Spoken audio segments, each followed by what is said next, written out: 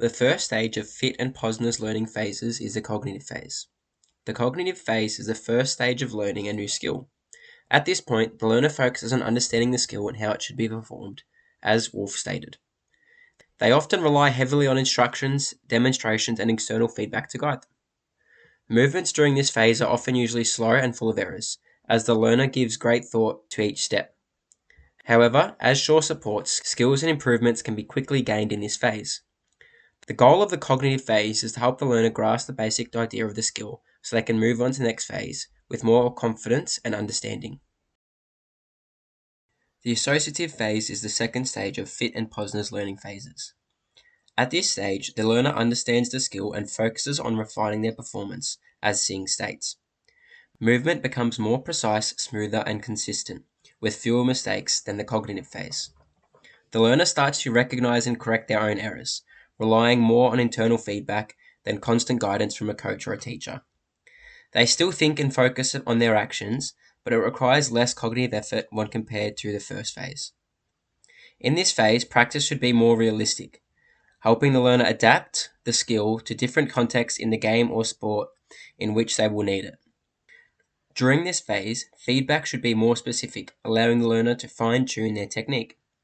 The associative phase aims to build confidence and consistency, preparing the learner for more automatic performance in the next phase.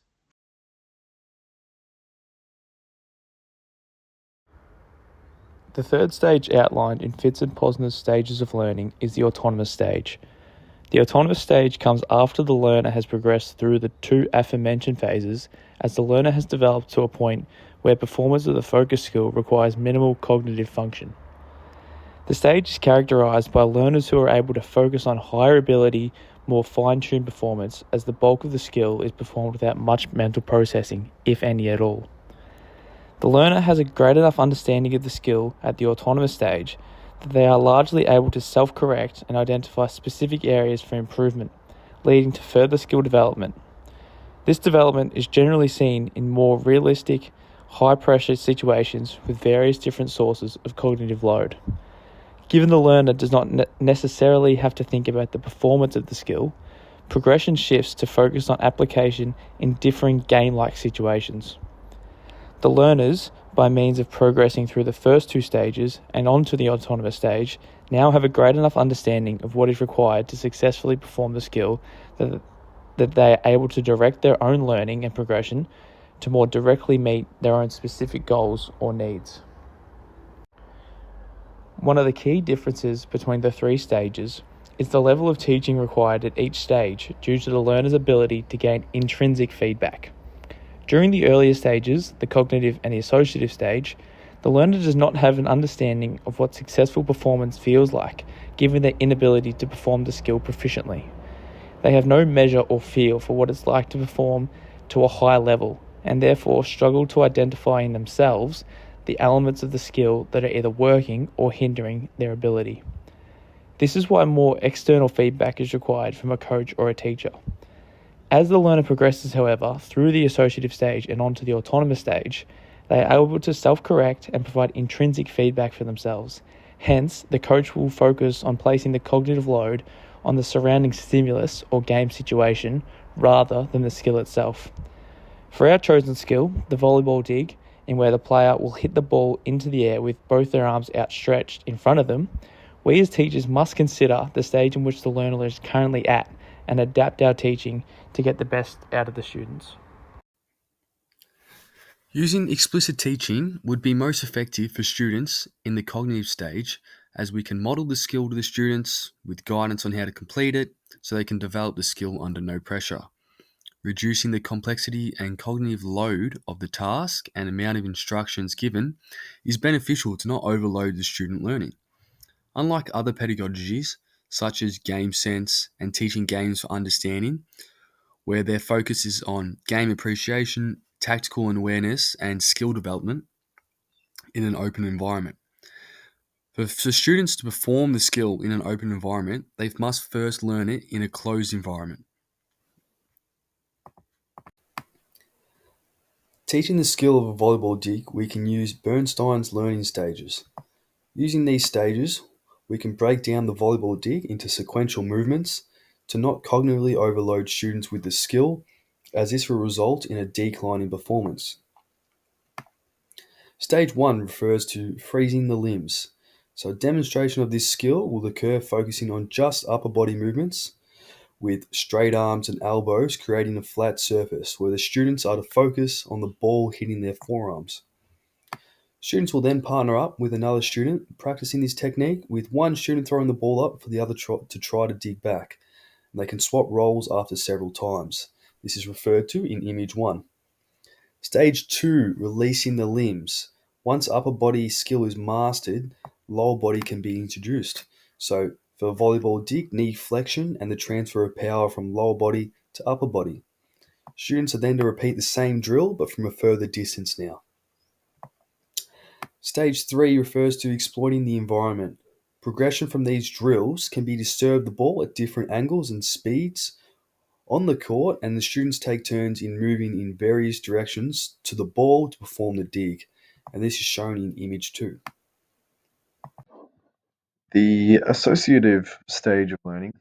At this point, learners have moved past the initial confusion of the cognitive stage and are starting to refine movements. In our volleyball class, this is when students would have grasped the basic mechanics of strike, but still perform with some inconsistencies, awkwardness, and require feedback to adjust. According to Fitz and Posner, this stage is where learners work on the transition from what to do to how to do. In other words, they're trying to understand fluid movement patterns instead of just the concept itself. However, performance gains are smaller and improvements take time. This is where teaching becomes crucial. To understand learners at this stage, I would structure a lesson using the teaching games for understanding. This pedagogy allows students to learn skills like the volleyball strike in a game-like context rather than through isolated drills. For example, modified mini games can emphasize striking under pressure, encouraging decision making and movement refinement in real time. Common problems at this stage are often poor habits or becoming frustrated when progress stalls or slows. To manage this, I'd incorporate guided questioning and scaffolded tasks, like slowing down the game or using a larger, softer ball to allow students to focus on technique before adding complexity of a real game situation. As coaches and teachers, we must recognize the value of relearning. Even advanced players can plateau or regress, which means revisiting earlier stages as a part of a long-term development. Creating a supportive environment that normalizes this relearning also helps athletes to persist through awkwardness and improve their skills. Things to consider when teaching students at the autonomous level of skill acquisition will have some major differences. Firstly, due to the fact that students are in the autonomous stage of learning, the skill of digging will come automatically to them, which means they will not have to think about how to perform the skill when performing it. This means that as teachers, we should avoid more simple skill performing drills, as the students will not benefit as greatly from that. It means we can switch our focus to improve other cues that may appear in volleyball. We can perhaps consider things like game sense, seeing where our opposition and teammates are positioned. Perhaps we can focus on tendencies of the opposition's players or their team as a whole. We can also communicate with our classmates as to which position they like to receive the ball from a dig. All these things will improve our team's chances of success on the court, but do not directly involve practicing the dig itself. Another characteristic of learners in this stage is that feedback is primarily received intrinsically, which means the athlete will be able to tell after each point or game if there are things they need to alter about how they've just performed the skill, and they can adjust accordingly themselves. All these factors lead us to look at an approach for our lessons that involves game sense and teaching games for understanding. Teaching games for understanding is a student-centered model that focuses on increasing learners' knowledge and understanding of games. It is important in relation to learners in the autonomous stage as it builds tactical awareness. Students are encouraged to develop attacking and defending strategies and to successfully implement tactics. Decision making is also tested and improved on through teaching games for understanding. The pedagogical approach of game sense primarily focuses on tactics, decision making, and teamwork. Questions can still be given during this to prompt student thinking, such as where should you be moving after you dig the ball, or where might be the best position to increase your chance of returning an opponent's spike. This improves curiosity and develops critical thinking.